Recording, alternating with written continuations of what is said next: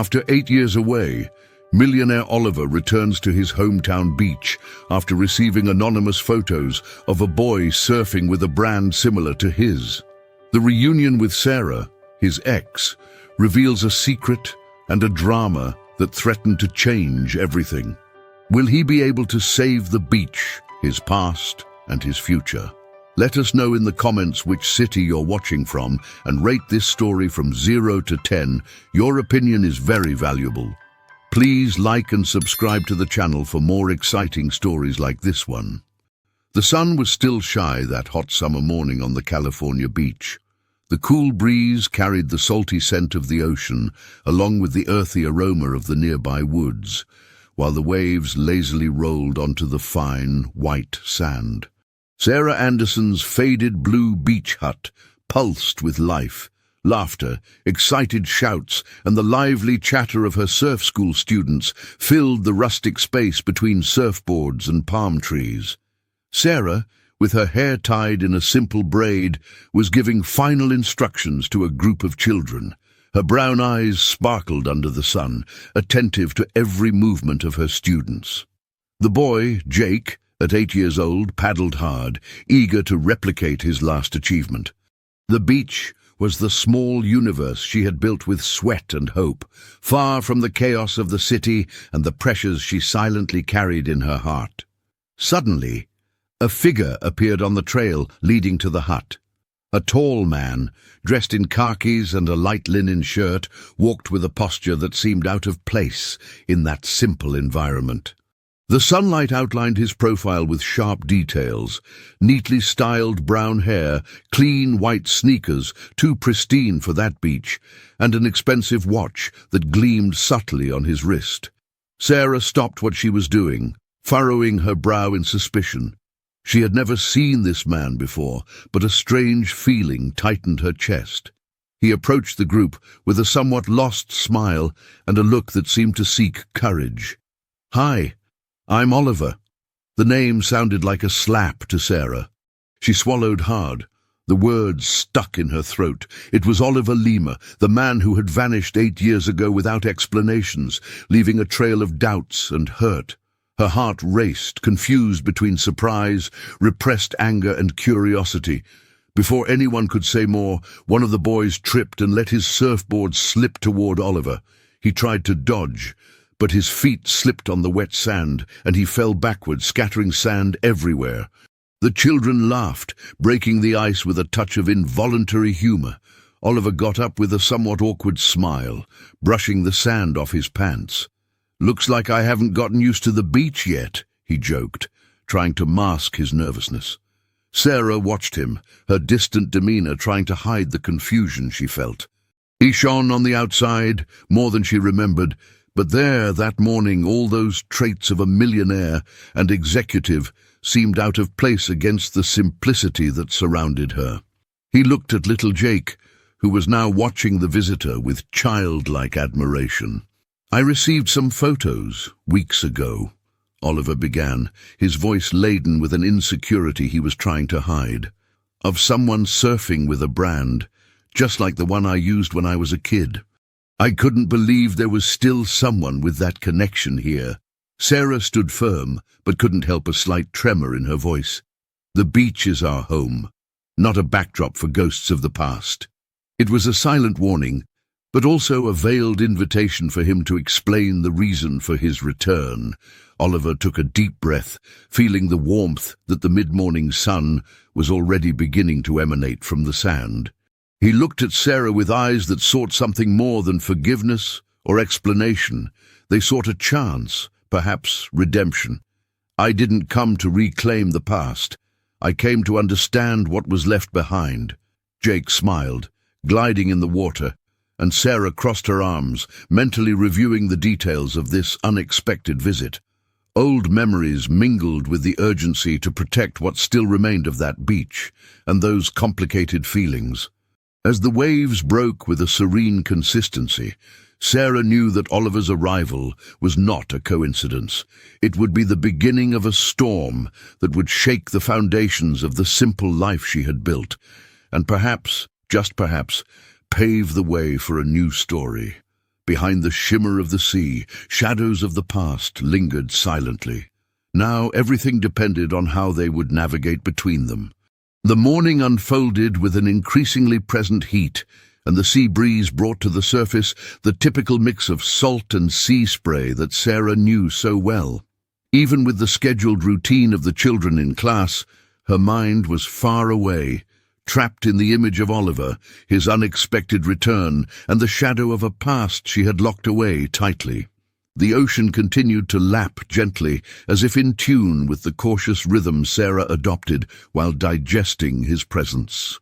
Hours later, the sunlight was already intense, bathing the small wooden kiosk by the beach, the sounds of laughter and plates mixed with the sound of the sea as locals and casual tourists enjoyed lunch in the simplicity of that natural refuge. The absence of large constructions allowed the blue sky to open vast, dotted with a few white clouds, and the smell of brewed coffee and fresh pastries pulsed warmly in the air. Sarah was adjusting some chairs around a table when her eyes caught a familiar shadow crossing the open space like an insistent promise. Oliver. For a moment she froze, and the memory of that grey eye colour sealing their first conversation came to mind once again. With her jaw clenched, she took a deep breath and tried to compose her face. The atmosphere was neutral, but the tension was inevitable. Oliver approached naturally, a shy smile and that slightly awkward demeanour, as if he were still trying to decipher what this small community meant to him. Without much fuss, he sat at a respectful distance and watched Sarah with a hint of genuine curiosity in his eyes.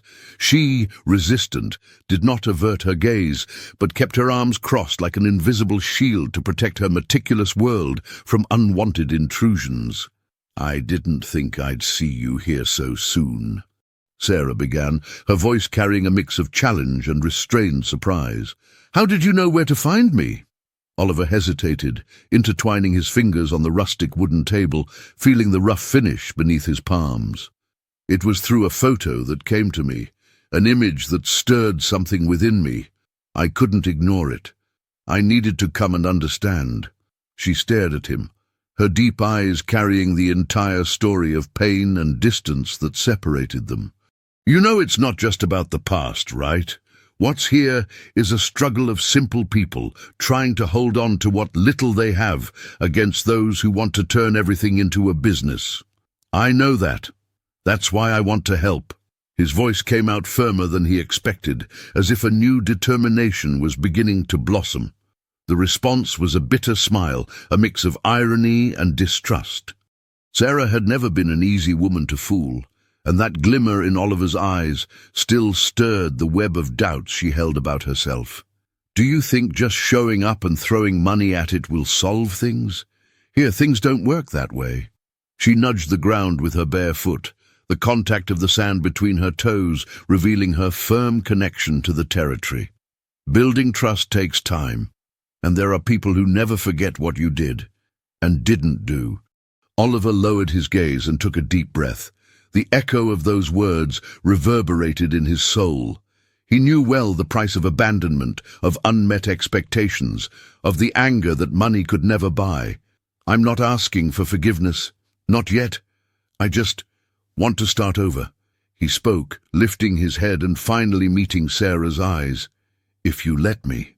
The silence that followed was filled with the distant sound of waves and the muffled chatter around them. Jake then appeared, holding a melting ice cream in his hands, and cast a curious and friendly glance at Oliver. Sarah offered a brief smile. That boy was her strongest link to the past she wanted to protect, and she feared seeing it shatter once again. "I'm not so sure about that," Sarah admitted in an almost inaudible voice, a mix of weariness and hope, as if she balanced between fear and the desire to believe in something better. Oliver extended his hand, still hesitant, and gave her shoulder a gentle touch, non-intrusive but laden with a silent plea for trust. "Give me a chance. Just one." The clock on the wall marked the slow passage of time, but for Sarah, each second seemed to stretch, filled with doubts intertwined with the relief of feeling that closeness. The sun was already high, pouring golden light over them, marking the beginning of a relationship that would not be simple. Amidst teasing, memories and small kindnesses, something new began to weave itself, unpredictable and fragile. Oliver helped gather the scattered surfboards, showing an unexpected side. His strong and skillful hands surprised her, and the genuine smile that emerged when he fixed a broken paddle by the gentle tide made Sarah's distrust recede, even if she didn't admit it aloud. They exchanged glances that lingered a bit longer than they should have, the spaces between words carrying all the old tension and renewed magnetism. As the afternoon began to bid farewell, the sun painting the horizon with shades of yellow and purple, the warmth was no longer just that of summer. Sarah walked to the water's edge, feeling the cold foam licking her feet, and looked back at Oliver, who watched her patiently, concerned, like someone who knows that the journey beginning there would be filled with ups and downs, but also with possibilities. The fresh start for both would not be a straight line. It would be a careful dance between resistance and surrender. As the sky slowly darkened and the sea maintained its steady rhythm, the town fell asleep, and the promise of a greater conflict and undeniable chemistry lingered between them, ready to erupt at the right moment. Night fell slowly over the fishing village, tinting the sky with dark blue hues that contrasted with the yellowed lights of the modest homes. The scent of the sea mingled with the smell of burnt charcoal from makeshift barbecues on the sidewalks, while the sound of muffled laughter and whispered conversations filled the narrow, uneven streets. The warm breeze swayed the leaves of the trees and brought a freshness that eased the heat of the day still lingering in the air. Oliver walked alongside Sarah along the stone path that led to her small, simple house, with peeling walls and sun-faded blue paint. Their footsteps echoed on the wooden porch as she opened the door. He felt the weight of the radical change in environment. The luxury and rigidity of his former corporate meetings gave way to the welcoming rusticity of a modest home, yet full of life. The hands that once commanded business now sought something to hold on to, some true connection. This is where it all began. Sarah spoke softly, almost a whisper, as the wind played with a few strands of hair that fell across her face. Here, I can be myself, without having to pretend. Oliver watched her intently, realizing something he had never been able to reach in his world. In glass and steel, the simplicity carried an almost silent strength. In that modest seaside house, there was an essence he had never experienced before. Upon entering, they were greeted by Mary, Sarah's mother. The woman, with graying hair and a piercing gaze, offered a smile that blended wisdom and skepticism. With a gentle gesture, she handed Oliver a steaming cup of coffee, the strong aroma filling the small space of the simple kitchen. "So this is the famous Oliver," Mary said, her voice calm yet direct. "I hope you know that no one here likes pretenses." Oliver smiled cautiously, feeling a bit out of place, yet welcomed. The warmth of the coffee in his hands brought unexpected comfort as he tried to adjust to this environment, far from the pomp that always surrounded him. They sat around the cracked wooden table, and despite the heavy silence, there was an electric energy in the air, the tension of a necessary and difficult reunion. The next morning, the sun brightly illuminated the village square, where life buzzed amid the fresh fruit market, craft stalls, and the constant ebb and flow of the locals. The strong scent of ripe mango mingled with the fragrance of freshly fried pastries that the vendor announced loudly. Oliver found Sarah near Mrs. Thompson, an old teacher from the village school, deepening an argument about the advancement of construction and its impact on local life. "You're back early," Sarah commented, glancing at him. "Still thinking about all this? I can't get your face out of my head, nor your concern. You were right. It's not just your fight, it's everyone's who loves this place." Oliver spoke with the raw sincerity of someone finally admitting their own flaws. Before they could delve deeper into the conversation, a cutting and arrogant voice broke the moment. Michael Johnson appeared, a tall man in impeccable attire with an air of calculated power, known for being one of the main businessmen interested in real estate projects that threatened the village. "Oliver Miller, an unexpected surprise," he said, throwing a mocking smile. "Did you think you could come back and do things your way?" Oliver felt the air tremble under the weight of that presence, but he did not back down. "I didn't come to disrupt. I came to defend what matters." The firmness in his voice surprised even himself. Sarah, beside him, gripped her purse tightly, her body tense, betraying the fear masked by courage. Michael represented everything she fought against, a cold and relentless force threatening to tear apart the little that remained of that sacred refuge. Progress is progress, Oliver. This beach, this village, to me, everything you want to protect is just an obstacle to development. Michael's voice was cutting, laced with disdain. You need to choose. Be part of the change or be forgotten with this outdated place. Oliver looked directly at him, feeling the weight of responsibility grow on his shoulders. It was not just a challenge around him. It was the need to become someone capable of protecting what he loved, to face not only the arrogant man before him, but the very shadows of the past. Sarah gazed at Oliver, the mix of hope and fear in her eyes, reflecting the dilemma they both faced. They were no longer dealing solely with their personal stories, but with tangible and cruel forces, willing to do anything to win. The sun began to sink on the horizon, painting the sky in vibrant shades of orange and purple, as that silent confrontation heralded the beginning of a much larger battle than they imagined. Amid the fragility of feelings and the need for survival, the fate of those two worlds could change forever. In the midst of this tension, a chemistry grew that neither dared to fully admit, a promise kept between furtive glances and sincere gestures, signaling that despite the impending attacks, there was something that would unite them beyond the struggle. Something more intense, human, and unexpected. The journey that began there would not be easy or linear. It would be a dance between resistance and surrender, between the past that stubbornly insisted on returning and the uncertain future that invited them to rewrite their stories side by side. And as the waves followed their relentless course, the village and its inhabitants could hardly imagine the storms that were to come, nor the connections that were beginning to blossom there. The dawn brought with it a heavy silence, as if the village also knew that this confrontation was just the beginning. Sarah could hardly close her eyes. Lying in the hammock of the small room, the distant murmur of the sea mingled with the restless beating of her heart. The feeling of vulnerability, and at the same time a faint thread of hope, kept her awake, staring at the time-worn ceiling. The next morning, as she crossed the kitchen, her mother noticed the tense expression on her daughter's face and, without words, served a steaming cup of coffee. The strong aroma of the coffee brought rustic comfort, but the doubts remained. Sarah knew she needed a solution, not only to protect the village, but to deal with the pressure threatening to crush everything she had built. Meanwhile, Oliver mentally rummaged through paths that seemed impossible.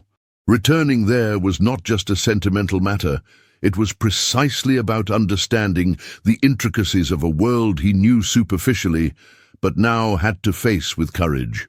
The distance between the two worlds, luxury and simplicity, wealth and daily struggle, seemed a difficult chasm to cross.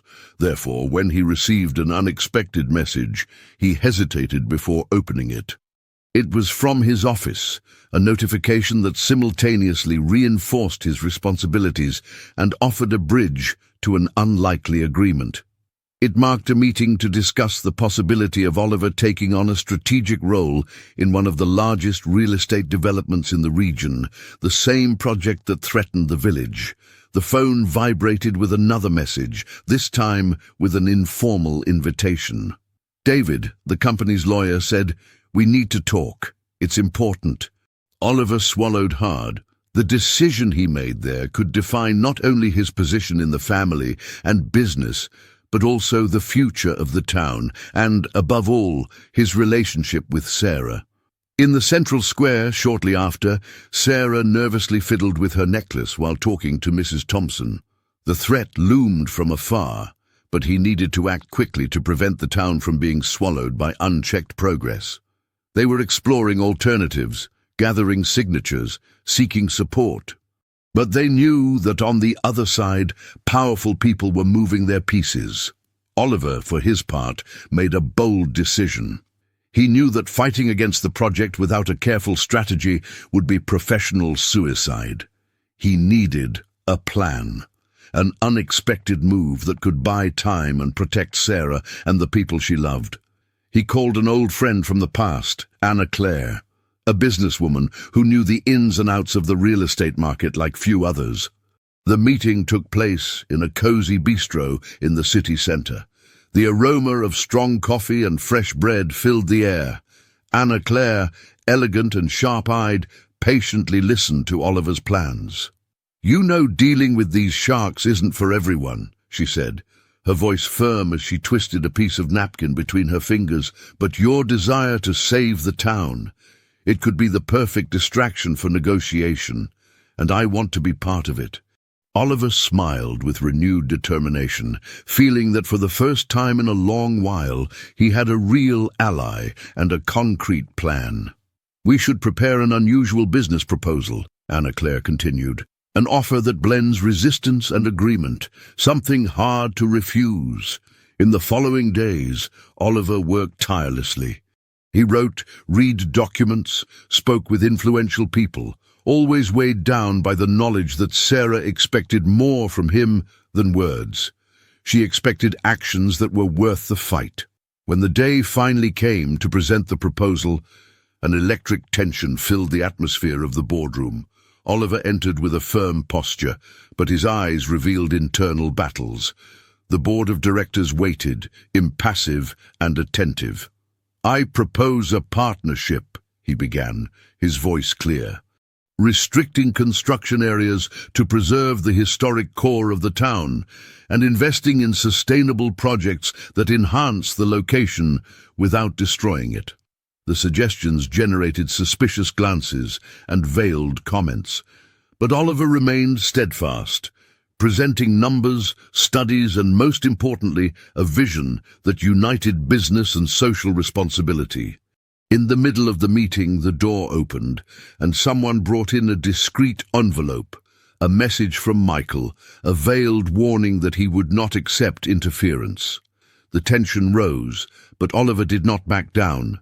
He showed that despite the threats, he was willing to take risks to protect what he loved.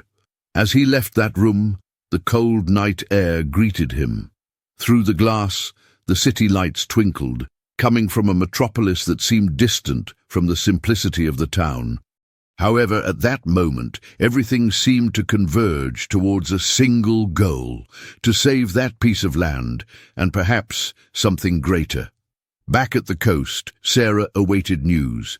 Their meeting by the seaside, under the starry sky, was marked by a silence heavy with expectations. "Do you really think you can change this?" she asked, her voice trembling with a mix of fear and hope. Oliver held her hands gently, feeling the energy that connected them. "I can't guarantee the outcome, but I promise to fight with everything I have. For you, for the town, for us." The soft yet desperate promise brought a warmth that made her believe, even if just for a moment, that a new beginning was possible. It was no longer just a matter of territories and power, but the courage to face the future together, no matter the cost. And as the sea whispered ancient secrets, their story continued its course, unpredictable, painful, but filled with the promise of something true and deep. The early morning wrapped the town in its dark and silent cloak, only the rustling of trees and the constant whisper of the sea piercing the stillness. In Sarah's small house, the light of a lamp burned low, reflecting on her tense face.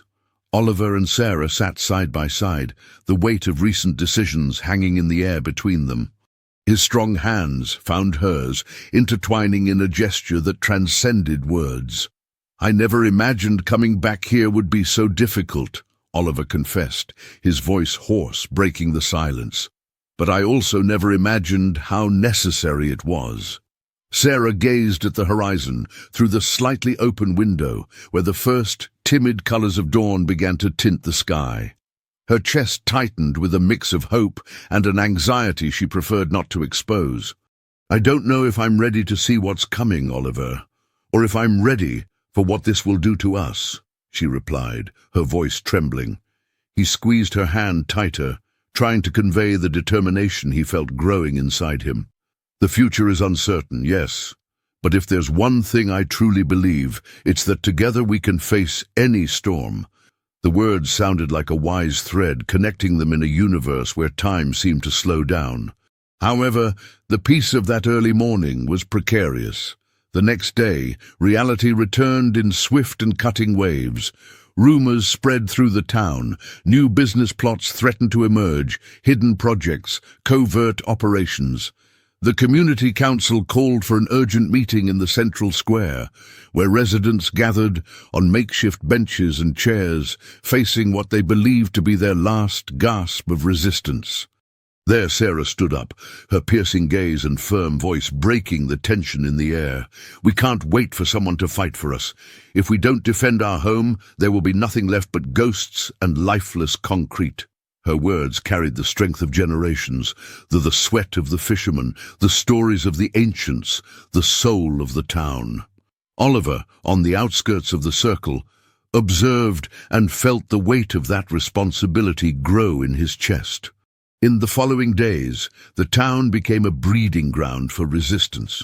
Community cleanup events were organized to clean beaches, paint walls, and document life stories, aiming to strengthen the cultural appeal of the place.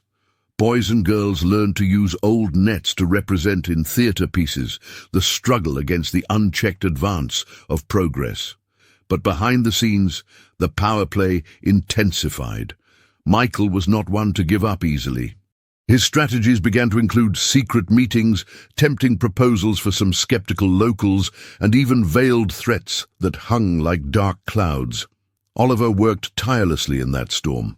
Every gesture, every conversation overflowed with the renewed commitment he had made with Sarah and all who believed. In one of those meetings, with blue eyes that drew attention for their intensity, he faced Michael. If you think you can buy the conscience of this town, you are very mistaken. The response came cold, almost lethal. You forget, Oliver, that money buys not only land, but destinies. Let's see how far you can really go. The confrontation left marks beyond the physical or the spoken word. It tore apart old friendships, created fissures in families, and moved hearts to opposing sides. Amidst this, something unexpected happened between Oliver and Sarah. On a rainy day, when the sky seemed to collapse over the town, the two sought refuge in the small annex of her house, where worry mingled with a silence heavy with unspoken promises. "Do you think this will work?" Sarah asked, unable to hide the fear that consumed her. "I sometimes feel like we're fighting against ghosts." Oliver looked at her with the intensity of someone carrying the world in his eyes, and took a long pause, controlling his voice to not betray the fragility he hid.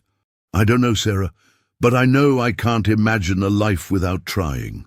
It was at that moment their lips almost touched, a spark of desire and fear mixed, a silent promise of everything they could still face together.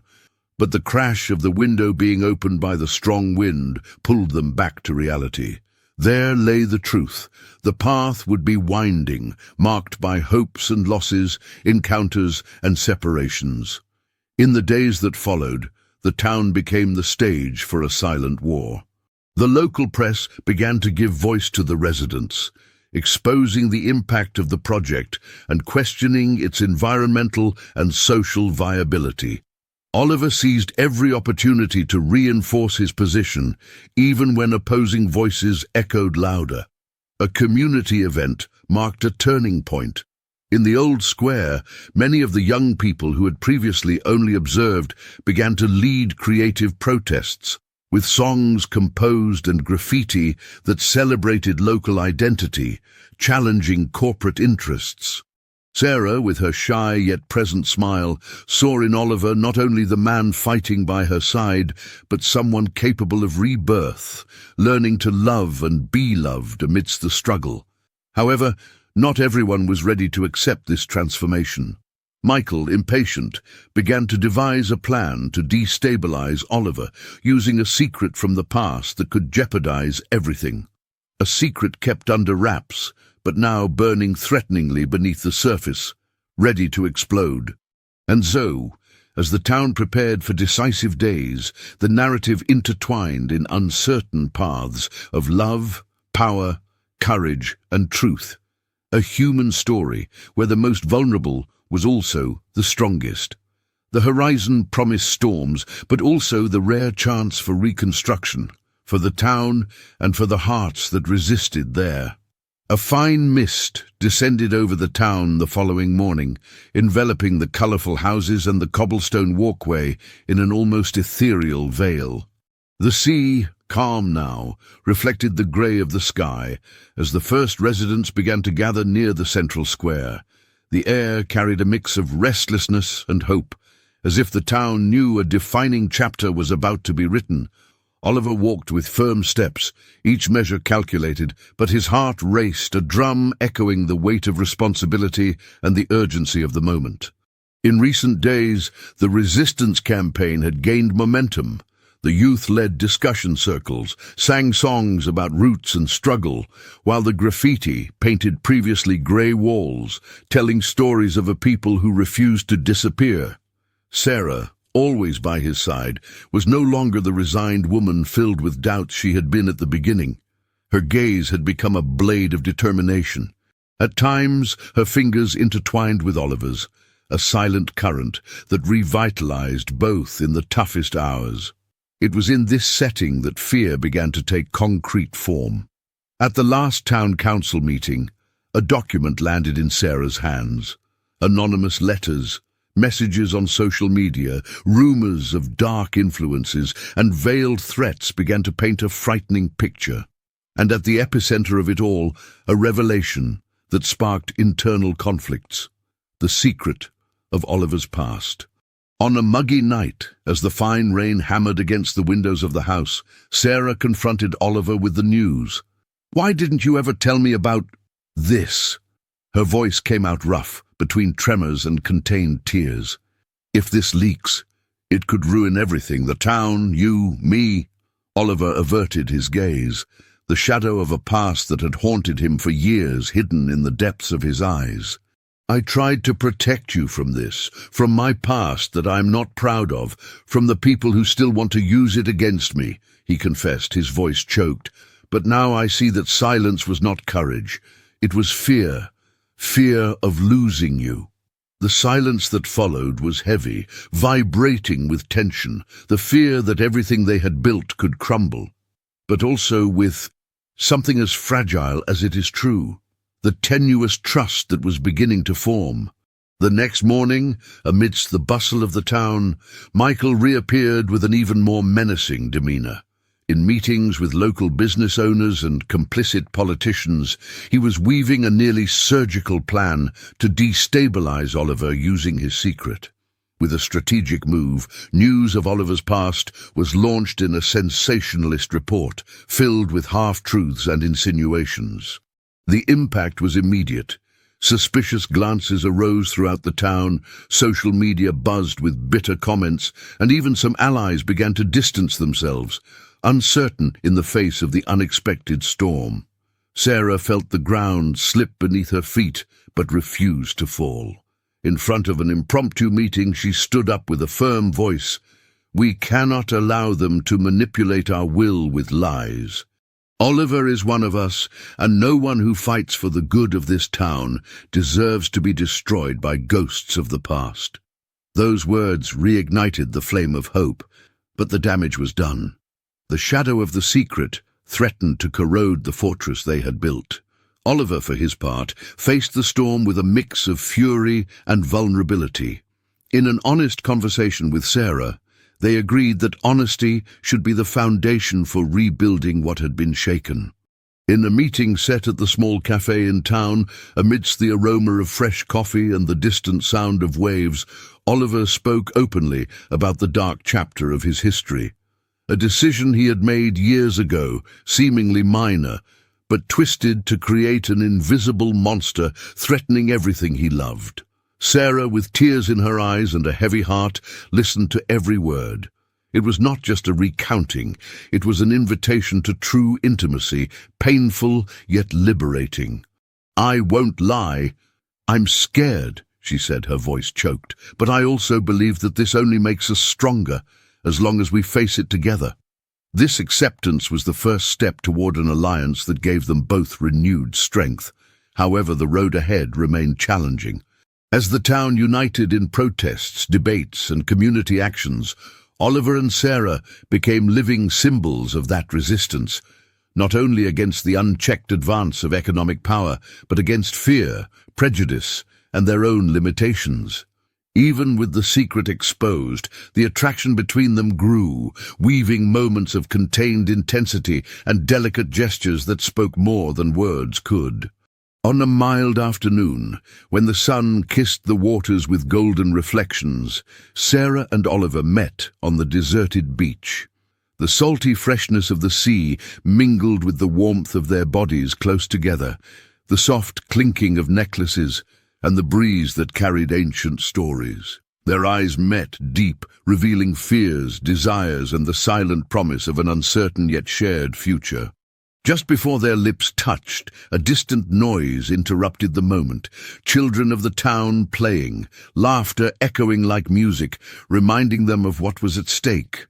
There, amidst the waves and the glow of the sunset, a commitment was sealed. They would fight, fall, rise and love, even if the whole world tried to bring them down. And as night fell, with stars dotting the sky as silent witnesses, the town breathed, resisted, and dreamed. It was just the beginning of a journey that would break invisible chains and pave the way for a love as intense as the struggle unfolding there. The next morning awoke with a splendor that seemed to carry hopes in the vibrant colors of the sky. A translucent blue brushed with golden strokes of sunlight. In the town's central square, an unprecedented movement was taking shape. Children running, adults carrying signs, musicians tuning instruments, all united under the same purpose, to celebrate the culture and resilience of their people. Oliver and Sarah walked side by side, immersed in the pulsating energy of that day that promised more than protests, a true affirmation of identity. The voices intertwined in ancestral chants, carried by the sound of the waves and the unmistakable aroma of spices from the food stalls that extended the celebration. "Look how strong our people are," murmured Oliver, his voice heavy with emotion. "This town is a lesson in resilience, and we are its protagonists." Sarah smiled, the sparkle in her eyes reflecting the pure emotion of that moment. "And it's our story that will prevail, no matter what they say out there." But the celebration did not erase the clouds still looming on the horizon. The opposing forces, sensing the strength of unity, went on the attack. As the town came together, shady investments and defamatory advertisements increased their impact, contaminating part of public opinion. The political backstage was stirring. Meetings in closed offices, deals made in the dead of night, veiled promises, and maneuvers to weaken the movement. Oliver received an urgent call. On the other end, Anna Claire warned that Michael was mobilizing even darker forces, a renowned lawyer preparing a lawsuit to strip the town of its ownership under questionable environmental claims and forged bureaucracies. "They want to suffocate us with paperwork, body to body without mercy," Oliver said through gritted teeth, "but we will not back down." The days that followed were a true legal, popular, and emotional battle. Sarah threw herself into community work with renewed energy, organizing caravans to the capital, seeking support from environmental NGOs, and mobilizing digital influencers who found in the town's stories a legitimate cause to fight for. Amidst this fervor, there was space for a sweet and necessary truce. One late afternoon, Oliver surprised Sarah with an invitation for a walk along the shore. The sunset bathed the waters in orange hues, and the sea breeze brought a freshness that elicited smiles and deepened comfortable silences. "Sarah," he said, holding her hand with a tenderness that broke through the hardness of recent times, "I want you to know that regardless of what happens, I choose you and this in the town. I choose everything we built here, and no matter the storm, I want to face it with you." She looked at him, feeling warmth flood her veins and fears give way to confidence. "I choose you too, Oliver, because sometimes the truest struggle is allowing love amidst so much chaos." The kiss they shared was an amalgamation of all emotions. Repressed desires, renewed hope, silent promises. The world outside could turn upside down, but in that moment, there was only that touch that made the heart beat strong and steady. However, the calm was ephemeral. An unexpected phone call, in the midst of that night that promised justice, rang loudly on his cell phone.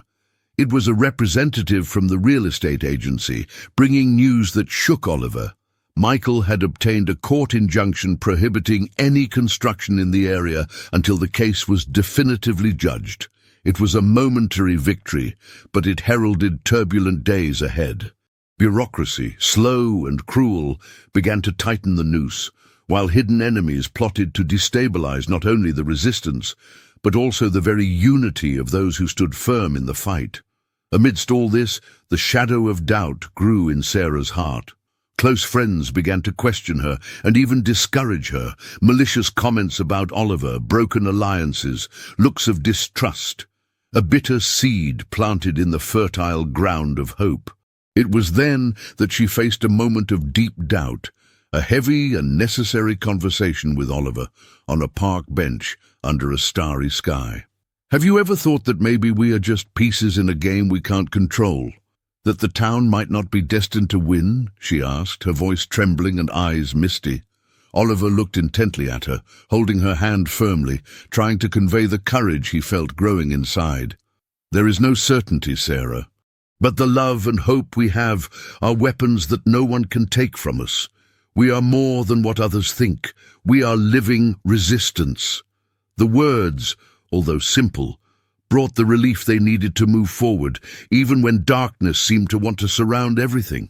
Time passed, and social battles intertwined with personal dramas. The town revealed its multifaceted essence, made of smiles, tears, encounters, and separations.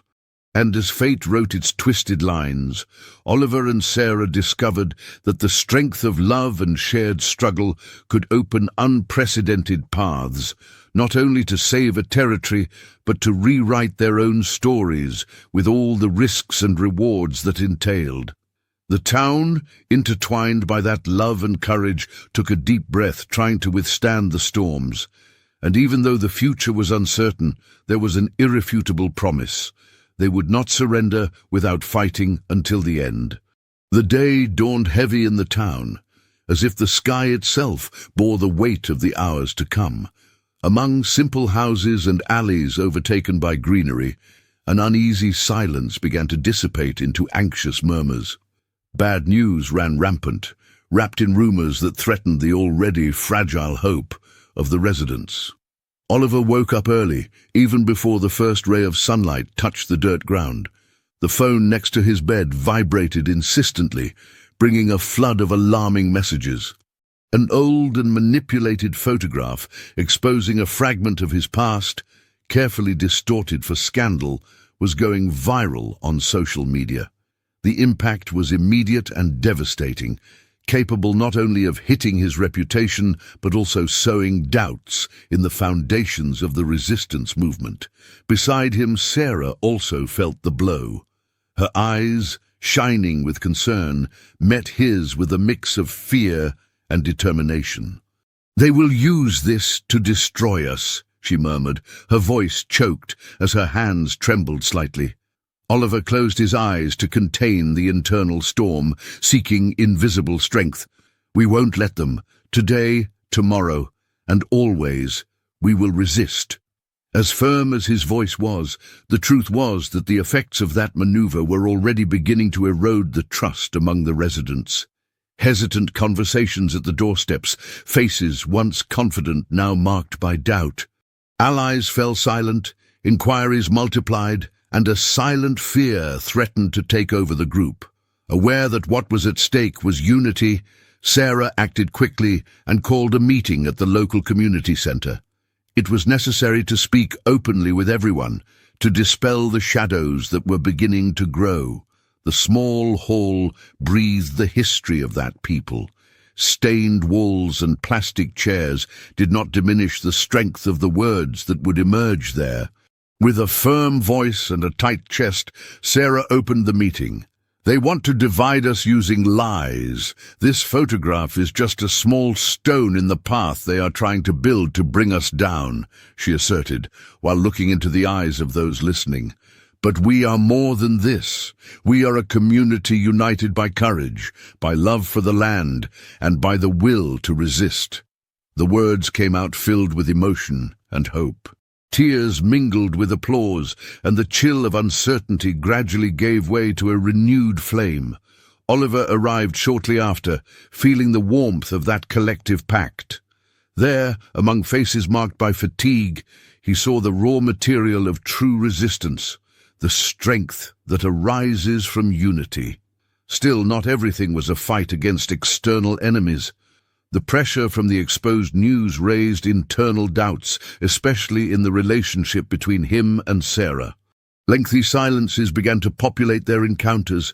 Gentle touches started to feel distant, and the fear of losing what they had built took on subtle yet real forms. On a cold night, sitting on a park bench, Sarah summoned the courage she needed.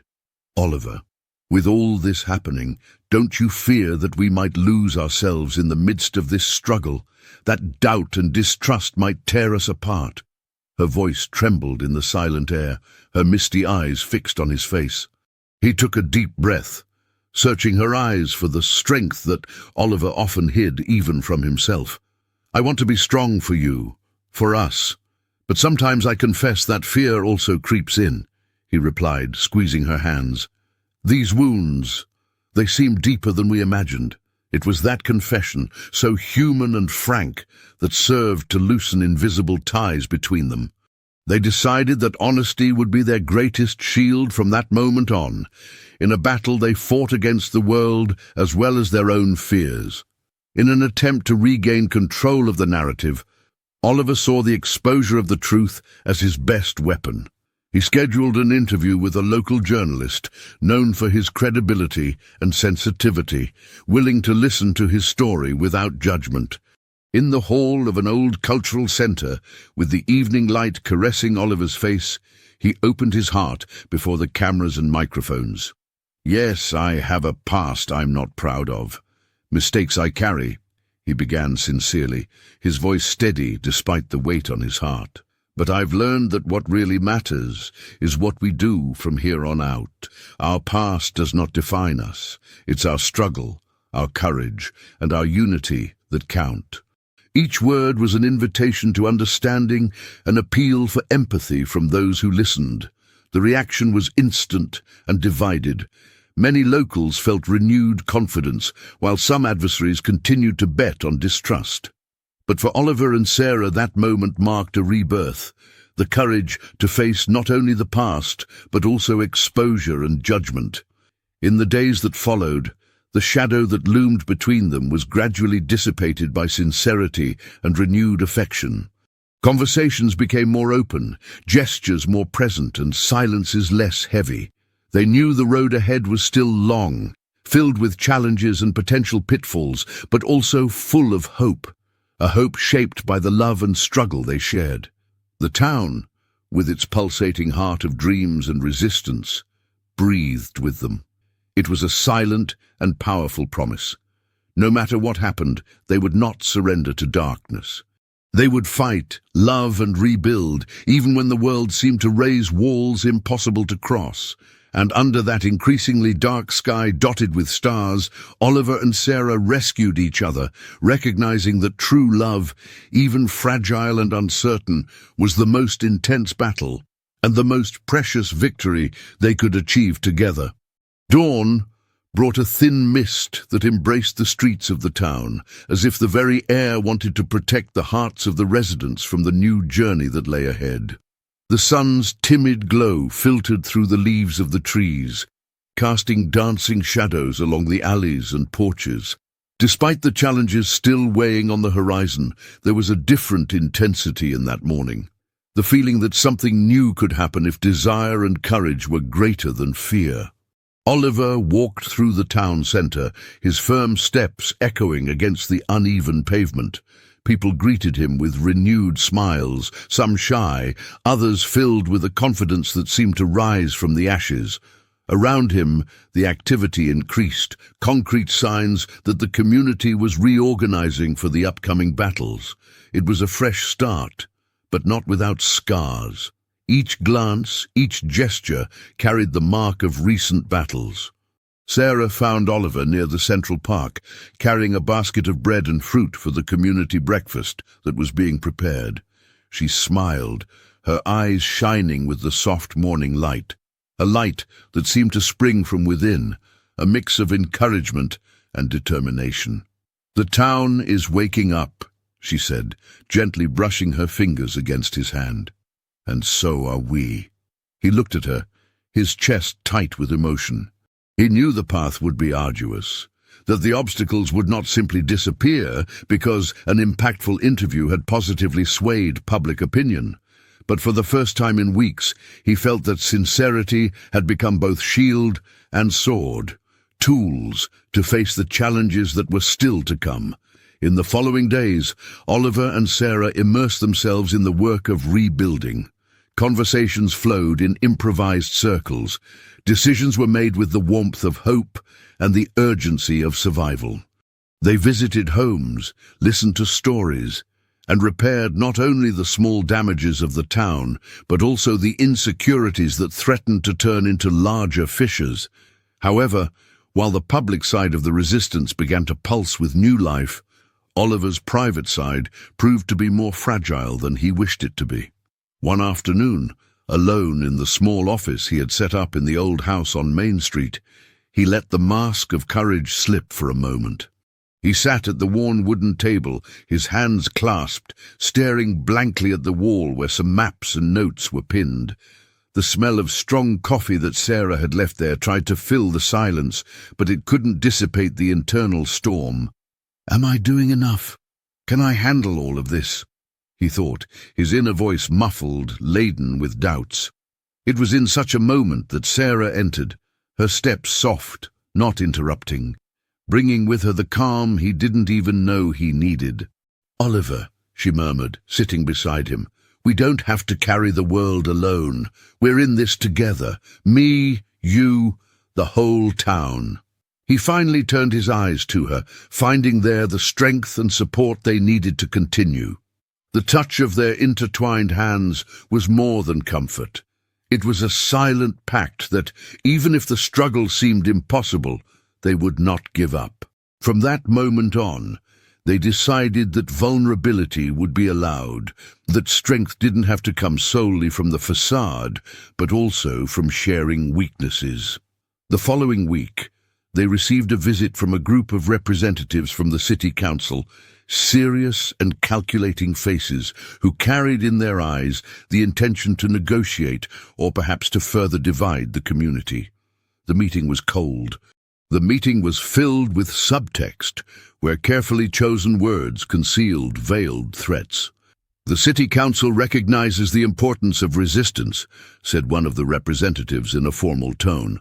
"However, to move forward, an alignment of expectations will be necessary. Rules must be followed, and we cannot ignore the limitations presented by the locals who reject dialogue." Oliver felt the weight of that statement like a punch to the stomach, but he stood tall. We do not reject dialogue. We want respect, recognition, and above all, the preservation of our history and way of life." Sarah was by his side, adding firmly, "The town is not just a territory. It's people, it's blood, it's dreams. This community will not bend to political games." The conversation continued, each word escaping carefully, almost as if they were walking through a minefield. In the end, the city council group left without providing clear answers, leaving an implicit threat in the air. The struggle was far from over, and the battles won so far would merely be the prelude to tougher confrontations. It was confirmation that the resistance faced not only the ghosts of the past, but also the weight of the structures trying to control the present and future. In the following nights, Oliver and Sarah sat under the starry sky, side by side on the bench in the central square. Their eyes fixed on the infinite, they spoke little, for each silence carried the intensity of what needed no words. "It's not just the town that's at stake," Oliver said softly. "We are too."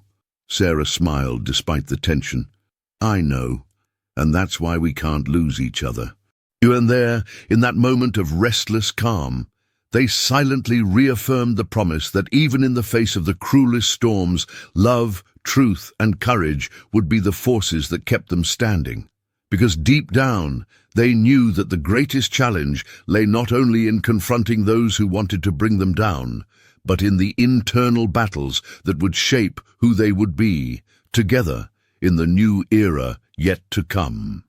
The humid warmth of the night still enveloped the town when Oliver and Sarah finally said their goodbyes, each carrying the weight of unspoken words. The silence that settled between them after the meeting with the city representatives felt less like an empty space and more like a fragile tightrope to walk, delicate but necessary. In the days that followed, the movement supporting the town began to reorganize with renewed urgency. The meetings, once sporadic, became constant and intense. Lives intertwined in the collective effort, and the sound of drums and voices singing hope echoed through the narrow streets, perfumed by the scent of fresh coffee and jasmine flowers that Sarah insisted on cultivating in the windows. However, as the external boundaries closed in a tense resistance, internal fissures began to emerge with force. Small suspicions, misunderstandings, and old resentments threatened to grow silently, bringing to light the differences that had until then been buried under the urgency of the cause.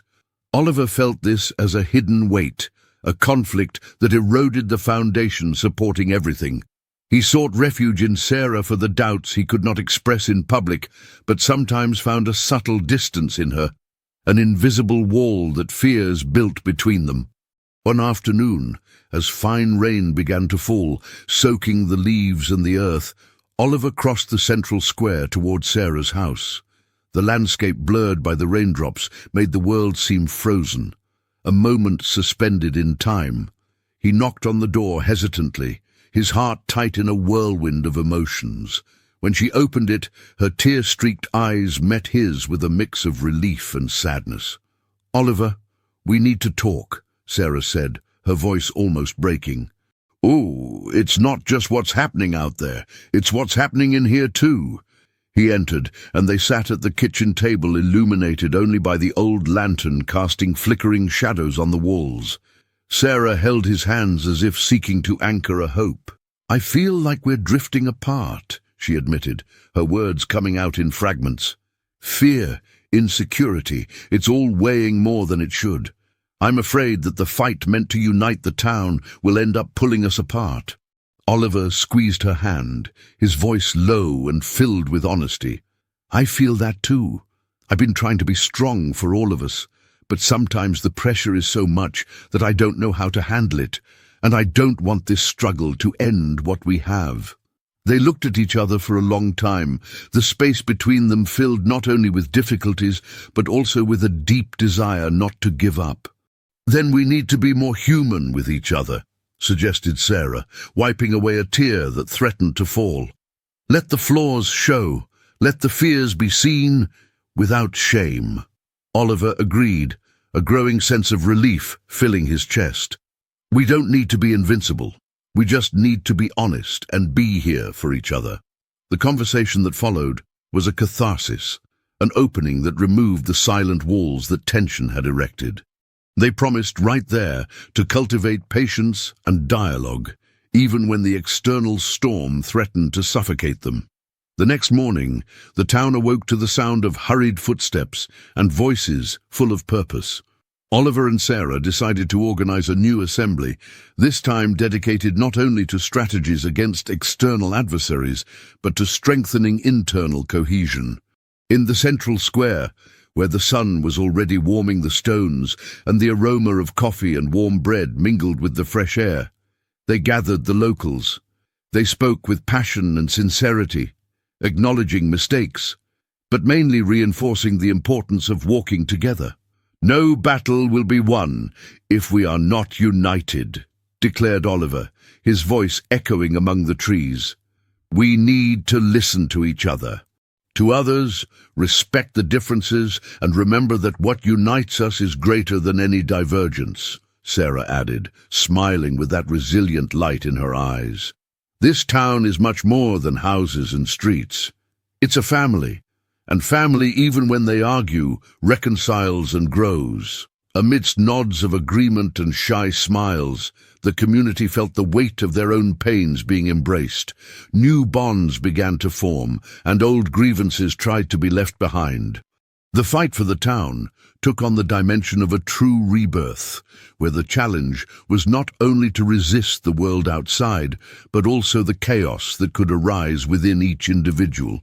The following weeks were marked by collective efforts, moments of fatigue exchanged for laughter of hope, group walks through the painted streets, and the certainty that the town might not be perfect, but it was theirs, in its raw and resilient beauty. As the rain gave way to the first rays of sunlight on clearer days, Oliver and Sarah walked side by side, their love restored by the internal battles they had faced. They knew the road still held many obstacles, but the silent promise they sealed during that stormy time was clear. They would not give up what they had built together, neither the town nor each other. And under the clear sky, where the stars began to fade in the dawn light, that small community pulsed stronger, ready to write the next chapters of its story, with courage, love, and truth as their greatest shields. The morning began fresh, with the sun caressing the colorful windows of the town's houses, spreading patterns of light and shadow over the worn walls. Oliver and Sarah followed the stone path that wound between the buildings, feeling the sweet aroma of freshly brewed coffee and cornbread that Mrs. Thompson prepared every day in the community kitchen. The buzz of the town mixed with the distant chirping of birds, creating a simple symphony of hope and routine. It was an important day. The consequences of the recently reaffirmed unity of the community still reverberated in every glance, and an unexpected visit was scheduled to happen. The mayor had promised a face-to-face interstate conversation to discuss the future of the town. The news brought both anxiety and caution. While some residents dreamed of real guarantees, others were suspicious of political intentions, fearing yet another trap. Oliver, with a determined face and hands intertwined, gathered the small group of local leaders in the meeting hall of the central square. The wooden chairs creaked under tired bodies, but their eyes shone with determination. "This conversation could be a historic chance, but we cannot let our guard down," he warned, his voice firm. "We are talking about our home, our family. We cannot accept empty promises." Beside him, Sarah complimented with her welcoming smile and calm voice. "Let's show who we are, not just a population that fights, but the heart that beats here. The town lives in each of us. We will not sell ourselves. We will not give in." Hours passed among plans, strategies, and sharing painful yet vivid stories. Each account, each testimony, transformed the meeting into a true mosaic of resistance and love, further strengthening the bond between them. When the clock signaled the appointed time, Oliver took a deep breath and went to greet the mayor at the town's entrance. The man, dressed in a sharp suit, wore a polite smile, but his eyes assessed everything with the cold gaze of an experienced politician. "Welcome to the town," Oliver said, shaking the mayor's hand firmly.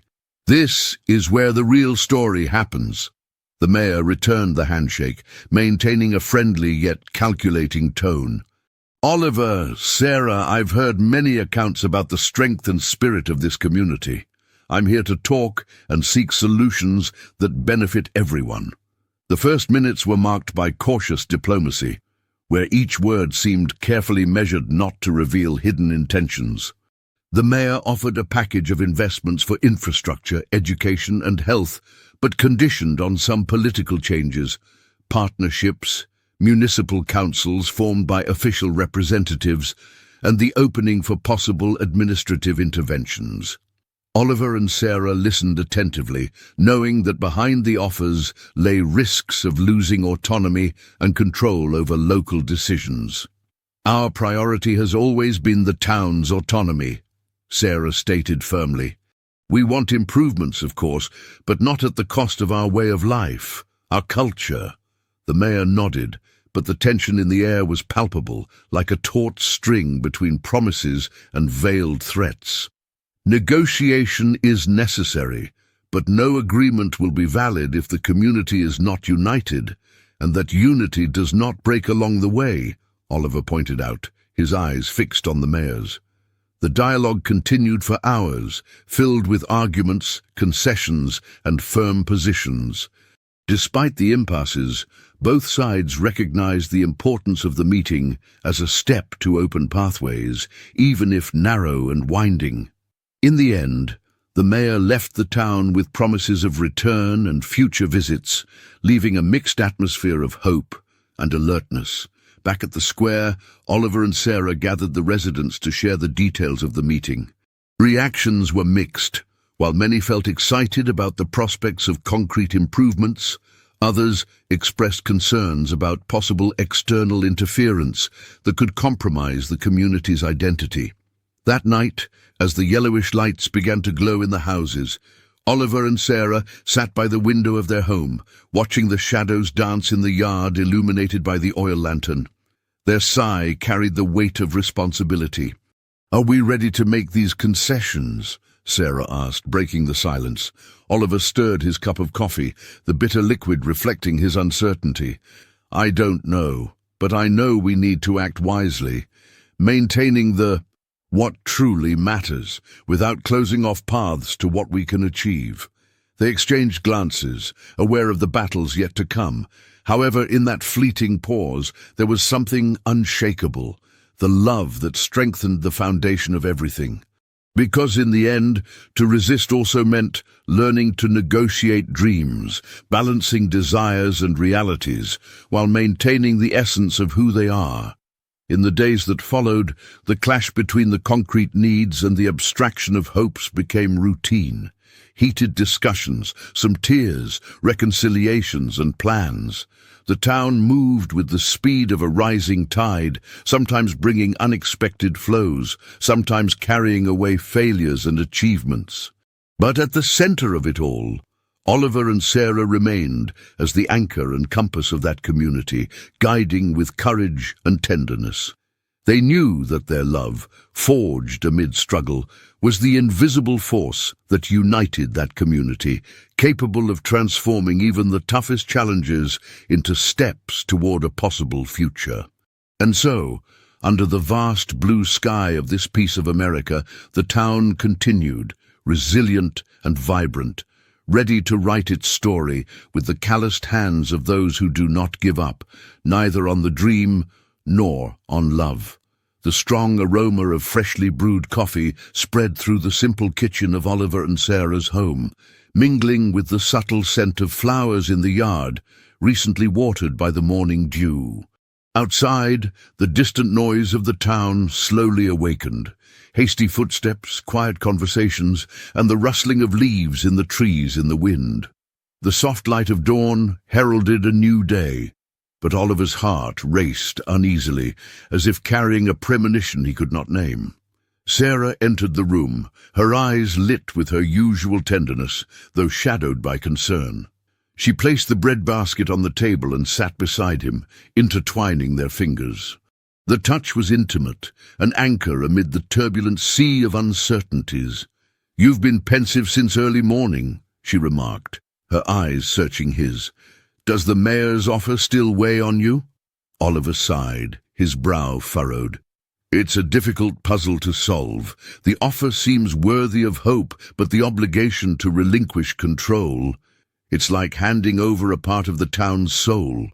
I fear that if we give in too much, what we are fighting to save will slowly disappear, like the mist that dissipates with the sun." Sarah squeezed his hand, her voice firm and serene. "It's the old battle between survival and identity.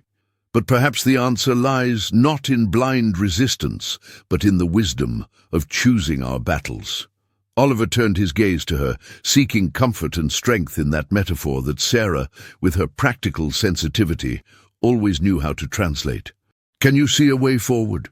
She smiled slightly, looking out the window at the activity outside, where the town began to pulse with its daily customs. "I believe so.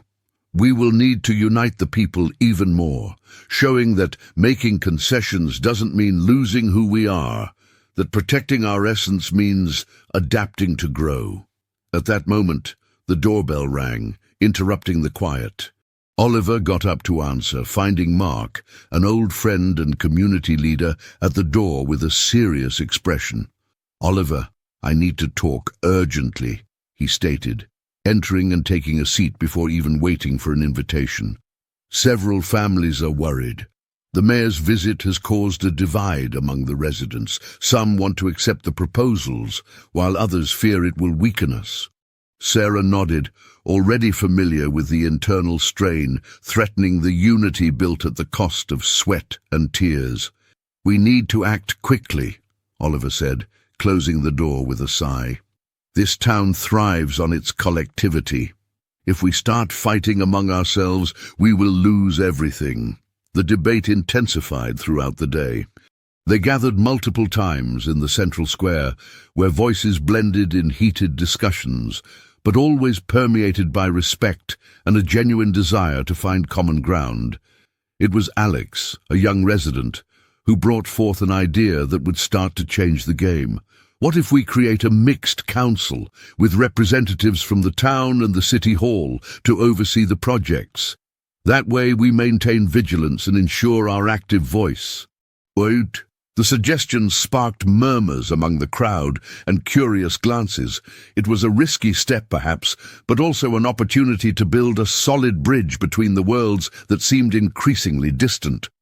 Oliver and Sarah embraced the proposal, organizing a series of meetings to define the structure of that council.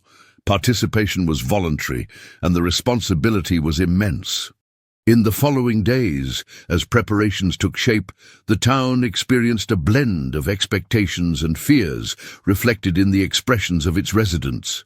However, beneath that turmoil, a fundamental feeling kept them together: the certainty that, even if the struggle was long, no dream was worth more than unity.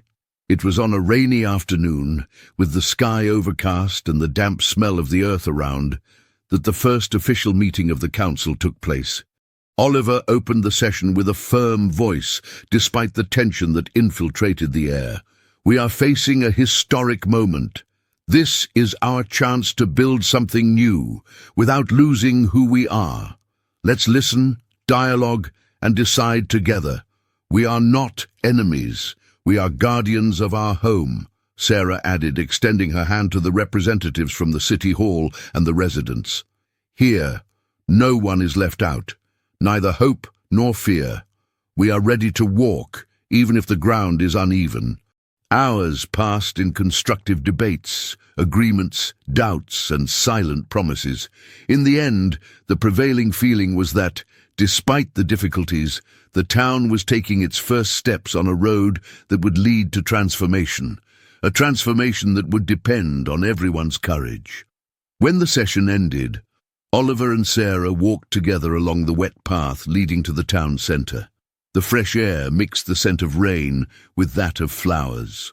In the woods, their hands met in a firm handshake full of meaning. "We're ready for whatever comes," said Oliver, his eyes locked on hers. "We always will be," replied Sarah, with a smile that lit up that grey afternoon. And so, amid challenges and achievements, tears and laughter, the town continued its journey, resilient, alive, pulsing in every gesture of those who believed that true power lies in unity, love, and the courage to carry on. Under that same generous sky that had witnessed so many stories, the future began to be written, with the raw, intense, and beautiful colors of a people who would not surrender. The twilight slowly fell over the town, painting the sky with shades of orange and purple that reflected the intensity of the days to come. In the narrow streets, the light from the lanterns began to flicker on, casting long, dancing shadows on the stone and wood walls. The aroma of dinner being prepared in the homes mingled with the scent of the earth dampened by the recent rain, creating an atmosphere that was both comforting and charged with tension. Oliver walked through the town centre, his firm steps echoing on the uneven ground. He carried with him the feeling that something was about to change, for good. The council had been established. That was a fact. But with it came challenges that no map could chart in advance. Politics was a game of nuances, and every move was a risky bet. He turned the corner and found Sarah on the porch of her house, gazing at the horizon, with eyes that reflected the determination and fragility he knew so well. He approached quietly, feeling the warmth radiating from her even in the cool evening air. "Sarah," he called softly, "are you ready for the next battle?" She smiled, her eyes fixed on his, a mix of challenge and tenderness. "Always ready, Oliver. But this one will be different. We won't just be fighting against external obstacles. The town is taking on new shapes, and our own certainties will be put to the test." They stood there in silence, feeling the weight of words that, although unspoken, echoed intensely between them. That same night, while the town sank into a rare silence, broken only by the rustling of trees and the distant chirping of crickets, a group gathered in secret at the old house that served as the community centre. The faces there reflected concerns and doubts.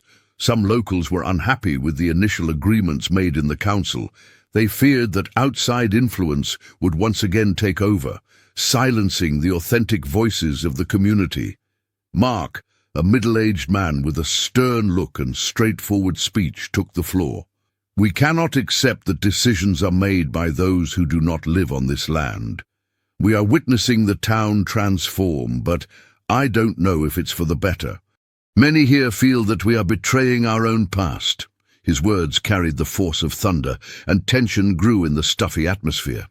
Emily, a young leader of the women in the town, responded calmly, seeking balance. "Mark, I understand your fears, but we cannot stop progress out of fear. We have to participate, transform, resist intelligently. If we remain stuck in what we were, we won't be able to become what we should be." Though this tension, far from being an obstacle, became a catalyst for deeper dialogue, a search for paths that balanced tradition and modernity.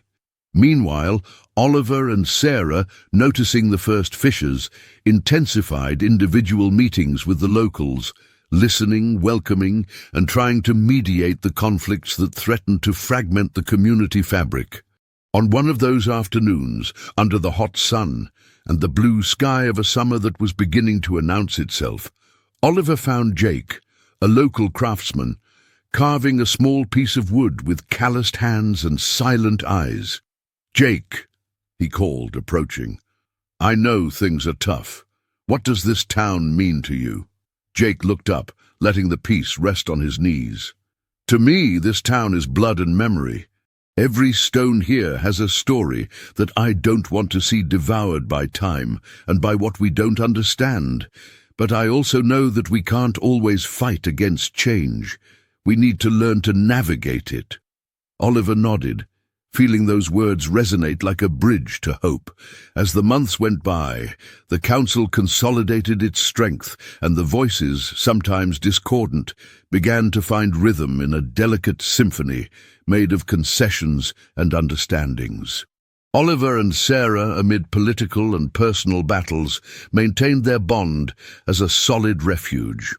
On the few nights they managed to escape the routine, they sat by the creek that cut through the town, letting the sound of the flowing water wash away their accumulated fatigue. "Did you know we chose the hardest path?" Sarah asked one night, as her eyes reflected the stars. "But also the truest," Oliver replied, holding her hands. "We are made to endure, to love, to rebuild." The future remained uncertain, filled with promises and dangers, but there was no doubt that town, with its deep roots and beating hearts, was alive, and its unbreakable spirit would be the light guiding the steps of all those who believed in a tomorrow where love and struggle coexisted in perfect harmony. Under the vast, starry sky of the American countryside, they walked on, hands intertwined, ready for the chapters yet to be written. Chapters made of pain and joy, courage and vulnerability, life and love. Because to resist was an act of faith, and love, its most beautiful reward. The dawn painted the sky with soft shades of pink and gold as the town awakened in its tranquil rhythm, marked by the songs of birds and the rustling of leaves in the trees.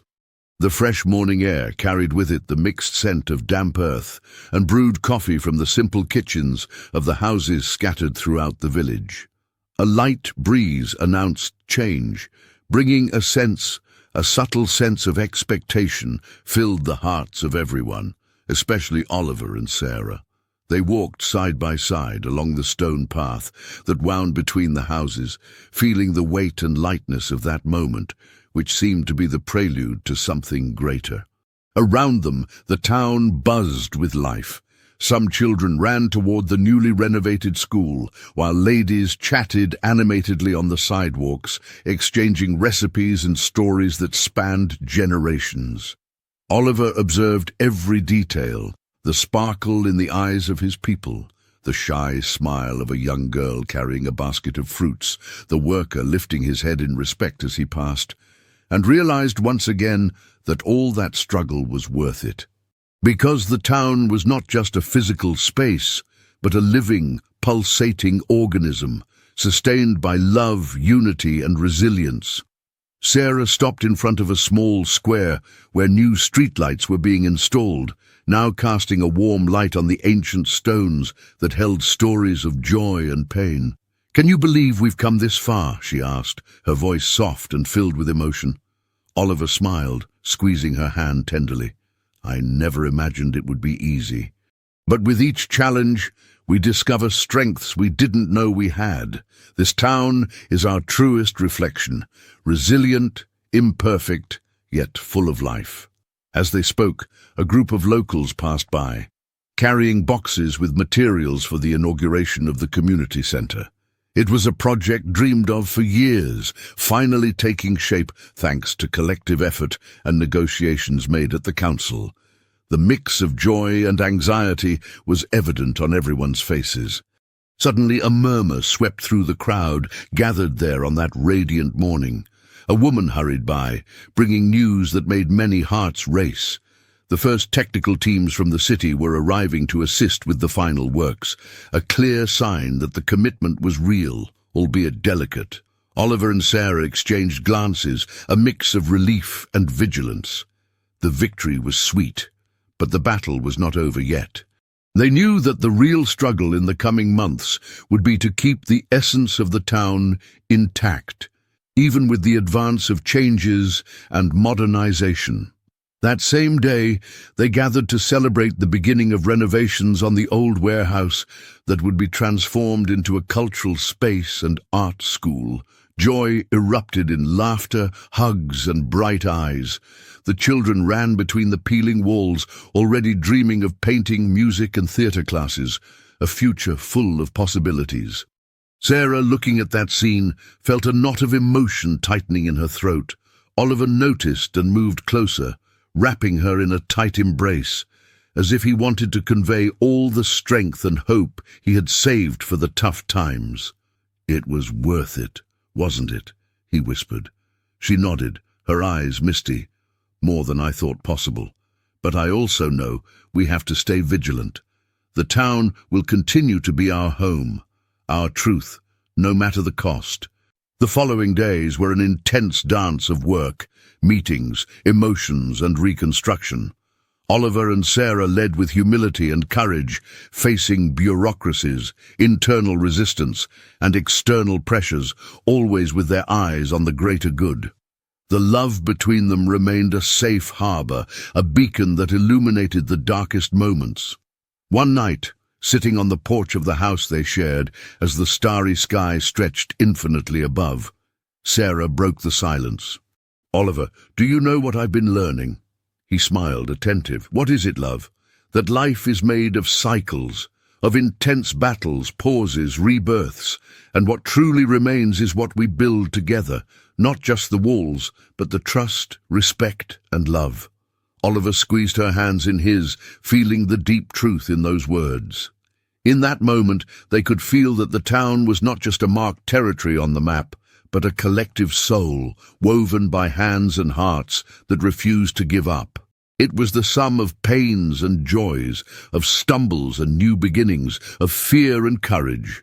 And like the sun rising on the horizon, casting its first golden rays over the trees, they knew that together they could face any storm, keep the flame alive, and continue writing that unique and vital story, where love and struggle intertwined in every word, in every gesture, in the living skin of the town that was, at last, their home.